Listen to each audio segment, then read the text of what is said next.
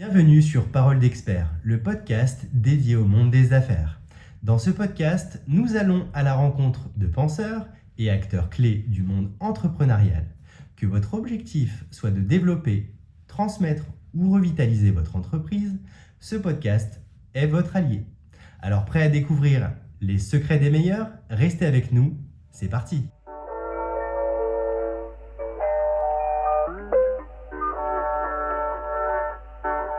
Monsieur Gilles-Marie, merci de nous recevoir. Alors on est ici dans les murs de la Banque de France. Est-ce que, comme il est de coutume habituellement dans ce genre d'exercice, vous pouvez vous présenter rapidement et nous parler de votre métier? Merci Gilles-Marie. Donc effectivement, je suis le directeur départemental de la Banque de France et l'adjoint de Karine Jupin, directrice régionale des Hauts-de-France. Alors la Banque de France est présente dans les Hauts-de-France au travers de 9 implantations, dans les 5 départements des Hauts-de-France, et nous y exerçons l'ensemble des missions de la banque, essentiellement les services à l'économie et aux acteurs de l'économie, mais également nous contribuons aux 2 autres piliers stratégiques de la banque, la stratégie monétaire et la stabilité financière. D'accord, très bien. Et donc le dispositif régional, puisqu'en fait c'est des implantations vraiment locales, hein, les banques de France finalement. Là on est ici à Lille, rue Royale. Voilà, c'est un bâtiment très joli, historique. D'ailleurs, c'est vraiment, ça fait partie du patrimoine et je pense que la Banque de France est ancrée dans notre République depuis toujours. Est-ce que, parce que le rôle de la Banque de France, il n'est pas forcément maîtrisé par tous ceux qui nous écoutent. Alors on parlera spécifiquement aux dirigeants, mais peut-être d'une manière générale, c'est quoi le métier de la Banque de France aujourd'hui en 2024, Monsieur Marie? Alors, la réponse, elle tient en trois points. Donc effectivement, nous contribuons à la stratégie monétaire de la zone euro, les 20 banques centrales qui participent à l'aventure de l'euro, décident tous les mois et demi à Francfort, au sein du Conseil des gouverneurs, des orientations de politique monétaire. Donc la Banque de France est une de ces 20 banques centrales et nous contribuons à la prise de décision et ensuite à l'implémentation des décisions de politique monétaire de manière très concrète, à prêter de l'argent aux banques qui en font la demande.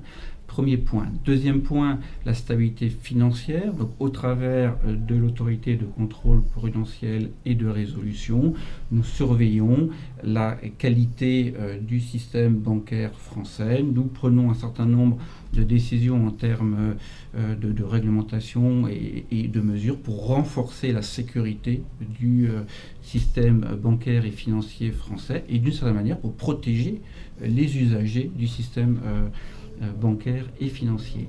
Et puis troisième point, nous apportons un certain nombre de services à l'économie, aux acteurs de l'économie. Alors ce sont les chefs d'entreprise bien sûr, mais c'est également les acteurs locaux, les mairies, les comités de communes, les conseils généraux et régionaux.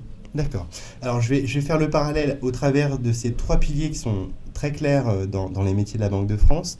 Quand on parle de taux finalement, hein, puisque c'est un des rôles, le premier que vous avez cité il me semble, c'est la partie taux. Donc ça veut dire que c'est la Banque de France qui applique les taux qui sont décidés au niveau de la zone euro, j'imagine. Donc c'est ce qu'on peut voir, nous, dans les contrats, comme des Euribor, des taux directeurs. C'est ça, en fait. Hein, Alors, effectivement, l'eurosystème, c'est-à-dire la Banque Centrale Européenne et les banques centrales des pays qui utilisent l'euro, définissent la politique monétaire. Donc, les taux d'intérêt, bien entendu, les taux d'intérêt à court terme, essentiellement le taux de refinancement, mais également le taux de facilité de dépôt et de prêt marginal. Je ne rentrerai pas plus dans les détails techniques. Et ensuite, ces taux, effectivement, infusent la courbe des taux, y compris sur les taux à moyen et long terme. Mais l'eurosystème est en charge, effectivement, de prendre des décisions sur les taux à court terme. À court terme, très bien. Très très bien.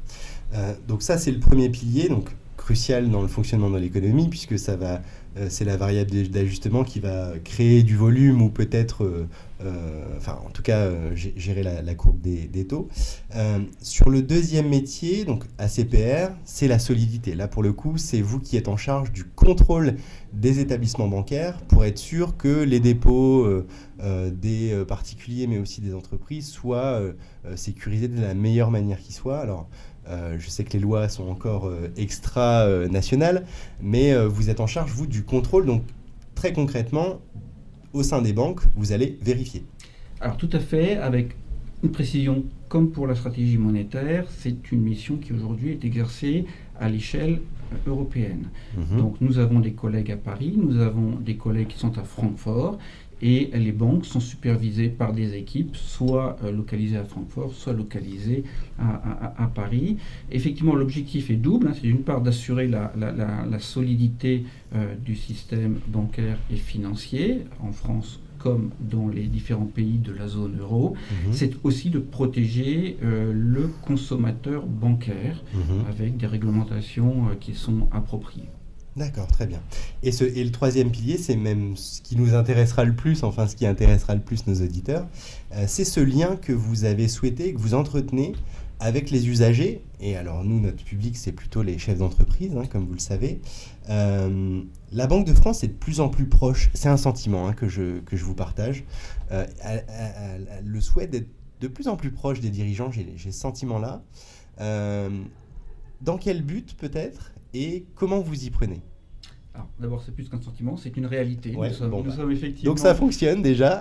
Nous sommes effectivement très proches des entreprises, des acteurs économiques. Alors, effectivement, le point de départ, c'est la cotation. Parce que la cotation nous sert dans le cadre des deux premiers piliers, stratégie monétaire et stabilité financière, pour avoir une vision à la fois granulaire et synthétique de la qualité du crédit porté par les banques envers les entreprises. Donc ça, c'est le point de départ. Mais effectivement, à partir de la cotation, on a construit toute une offre de services vis-à-vis des entreprises, vis-à-vis du monde de l'entreprise et des acteurs également politiques ou administratifs. Donc, on va rentrer dans le détail, j'imagine, mais ça va de l'accompagnement des chefs d'entreprise lors de la création de leur entreprise, avec des correspondants start-up, des correspondants TPME dans chacune des implantations de la Banque de France.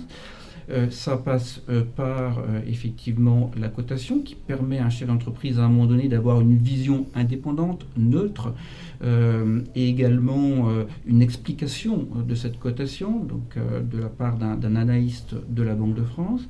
Et puis ça recouvre également des actions qui rentrent dans le label de ce qu'on appelle l'EducFi, l'éducation financière du public. Donc on intervient pour finalement apporter des repères, des éléments d'information aux chefs d'entreprise sur la manière de gérer un budget, la manière de financer son entreprise. Et puis enfin, bien entendu, on intervient également en cas de difficulté des entreprises au travers de la médiation. Je pense qu'on rentrera également sur ce sujet, mais voilà, le message important, c'est que quel que soit le stade finalement de développement d'entreprise, quelle que soit la situation d'entreprise, la Banque de France est là pour aider les chefs d'entreprise. Alors, on va aller étape par étape, puisque vous avez décrit finalement toute la courbe de vie d'une entreprise, de la création à son ouverture, et puis potentiellement aux difficultés qu'elle peut rencontrer dans l'existence d'une entreprise. Bon, ça peut arriver, on le sait bien.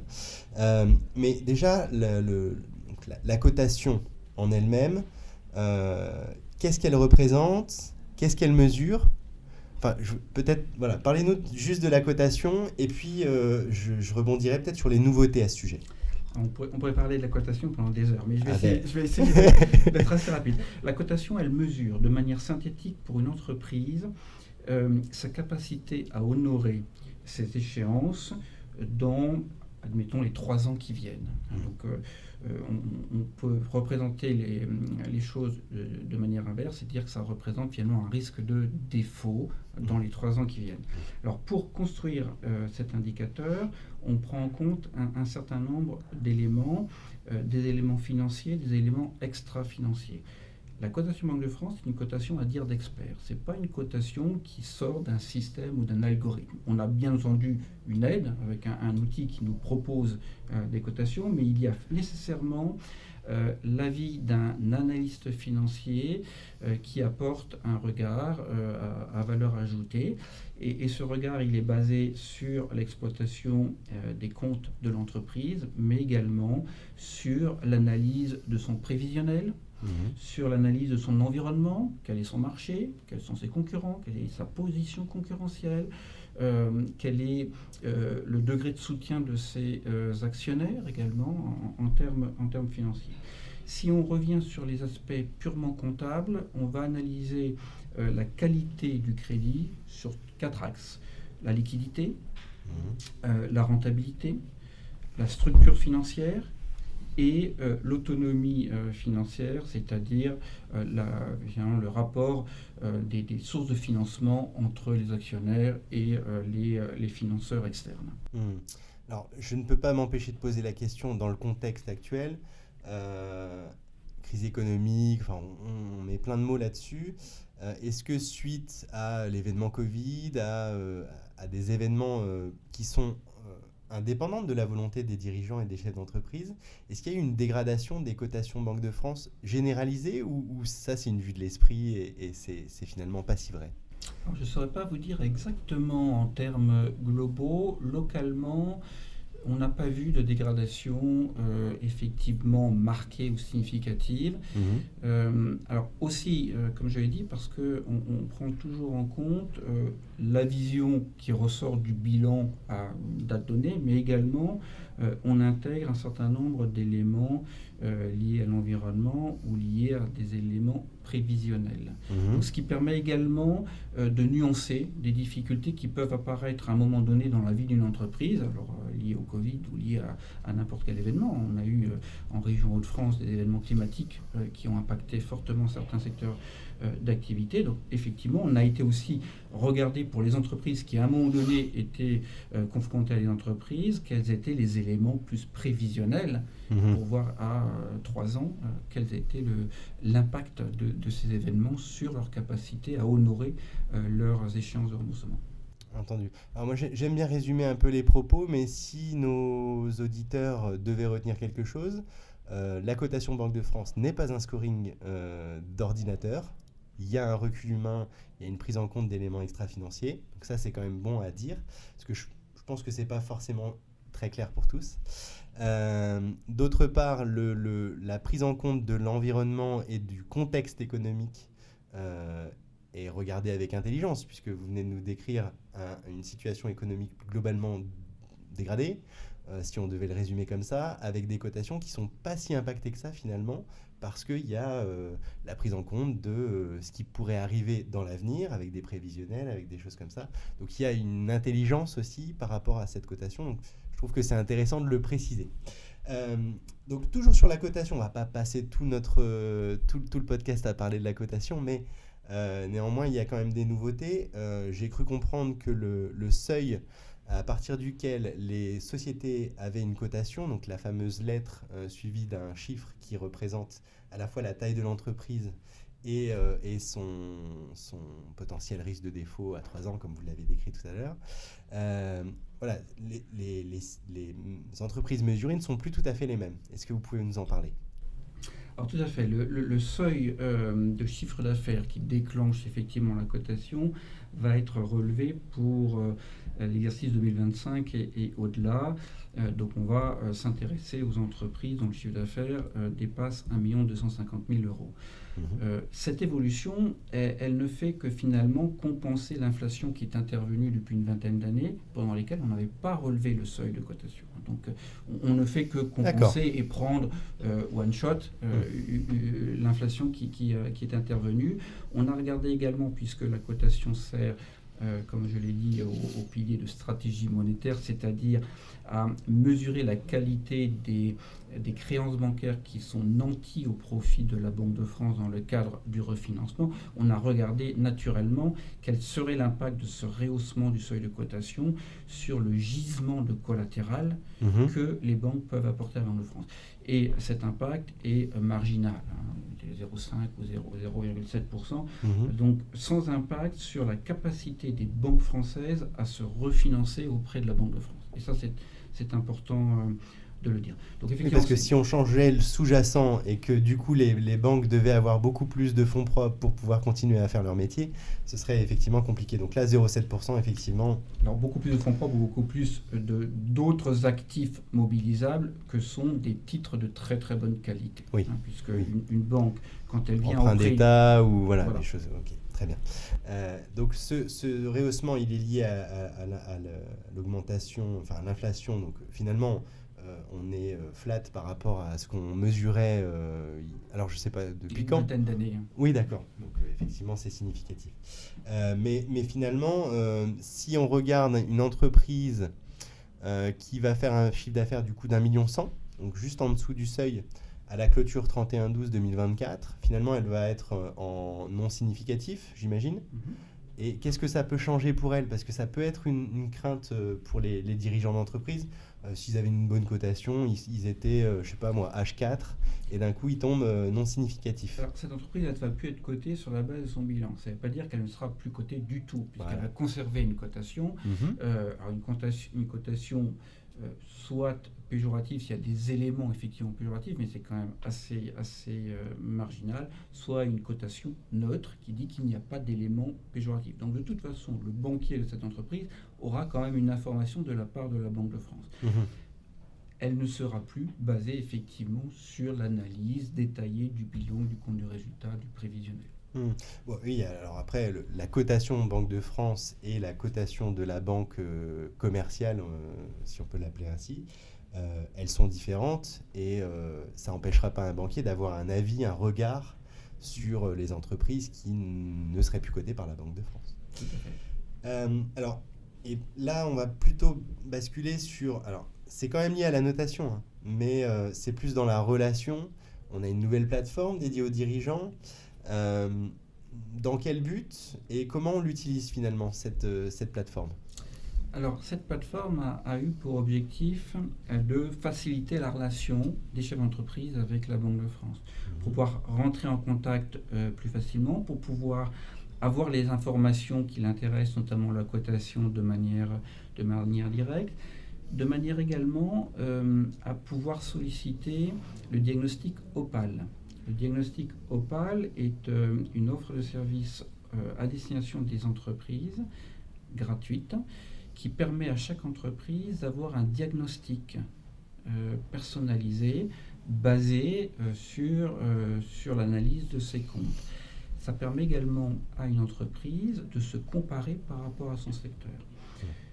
L'intérêt de la cotation Banque de France, c'est que donc on reçoit et on analyse un peu plus de 300 000, entre 300 et 330 000 bilans chaque année. Ça nous permet d'avoir une banque de données très très importante sur les entreprises et on peut agréger ces données de manière à avoir des tendances sectorielles.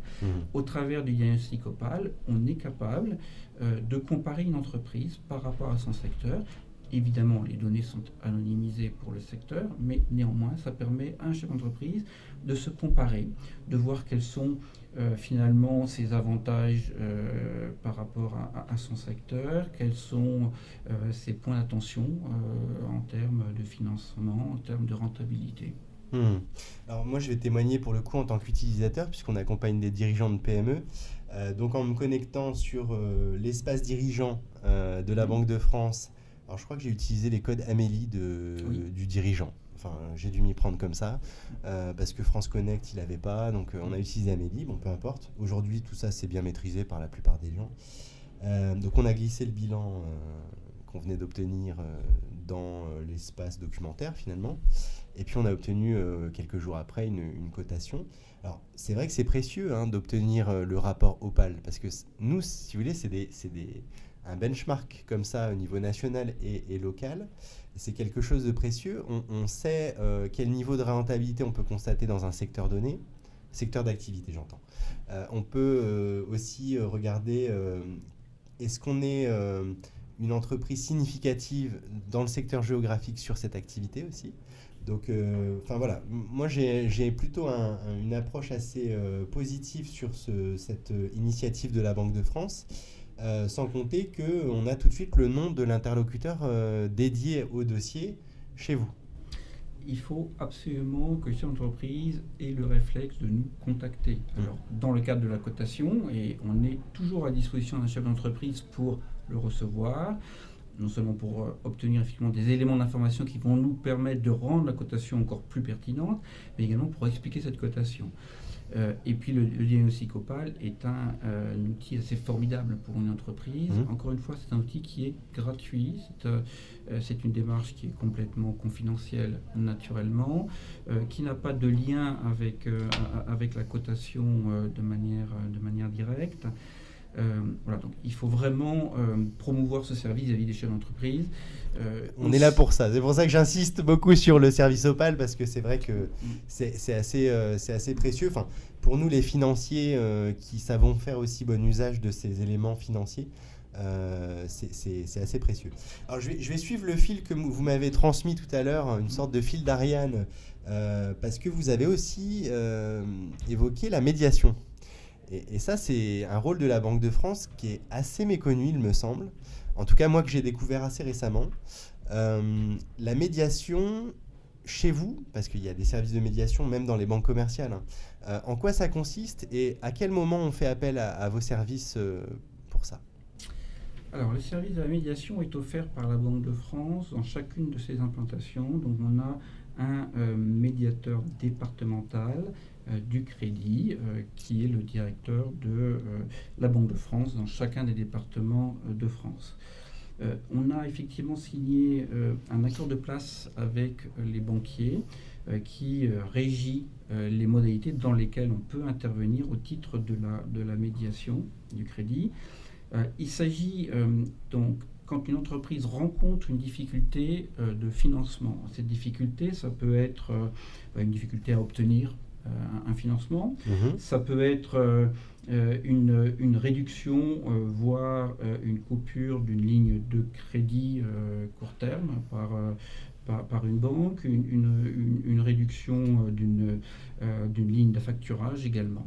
Donc, dans ces conditions, l'entreprise peut prendre contact directement avec le médiateur de la Banque de France. Nous allons dans un premier temps analyser si le dossier est éligible, et pour qu'il soit éligible, il faut que l'entreprise ne soit pas dans une situation irrémédiablement compromise, sinon elle ne relève plus d'un dispositif de médiation. Et si c'est le cas,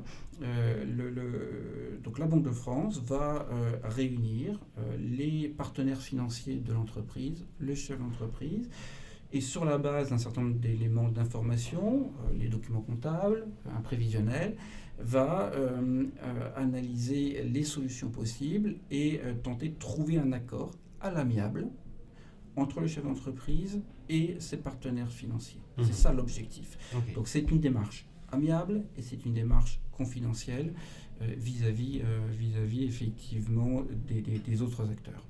D'accord. Alors moi, je vais faire le lien avec un autre invité qu'on a reçu sur notre podcast qui s'occupait justement des entreprises en difficulté et on a parlé justement de cette notion de soutien abusif pour les banques parce que faire du crédit court terme sur une entreprise qui manque de rentabilité, etc., c'est très gênant. Et quand elle dénonce des crédits, donc dénoncer, ça veut dire mettre fin à une ligne de crédit court terme à horizon 60 jours, voilà, en disant bon bah stop, on peut plus vous suivre.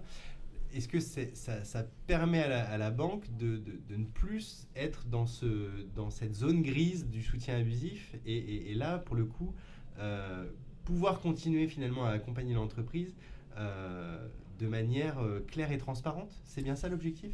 C'est ça l'objectif. Nous, on intervient de manière impartiale, objective. Donc, on va regarder la situation de l'entreprise. On va regarder ce qui est possible de faire. Encore une fois, si la situation de l'entreprise est irrémédiablement compromise, on va orienter l'entreprise sur un autre dispositif effectivement, qui ne sera pas la médiation du crédit. Si on considère que la situation de l'entreprise permet de continuer et moyennant l'obtention de financement additionnel, on va essayer de trouver une solution qui respecte à la fois les contraintes et les objectifs des financeurs, mais également l'intérêt de l'entreprise. Donc, oui, ma réponse, elle est effectivement oui. Bon, c'est agréable à entendre. Moi, je vais terminer les sujets que je voulais vraiment évoquer avec vous et j'ai l'impression que ça vous tient à cœur. Il y a une nouvelle catégorie d'entreprises, on va l'appeler comme ça, qui a un modèle économique un peu particulier, on les appelle les startups. Alors on en entend beaucoup parler, c'est très impressionnant en termes de croissance, en termes de levée de fonds, c'est quelque chose qui est enthousiasmant parce que on voit les belles aventures entrepreneuriales et en France on en a quelques-unes de très très belles. Vous en avez parlé tout à l'heure de la start-up. La Banque de France et les startups, comment ça marche ?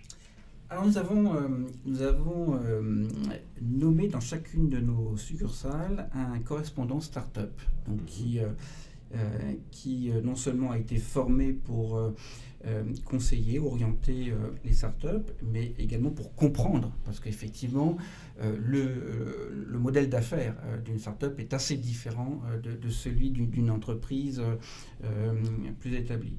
Donc nous avons un correspondant start-up dans chacune de nos implantations qui va d'une part attribuer une cotation selon une méthodologie assez différente de la cotation normale, mais qui va être également capable d'apporter un certain nombre de conseils, en particulier sur des questions de financement. Donc comment, et c'est un sujet crucial pour une start-up.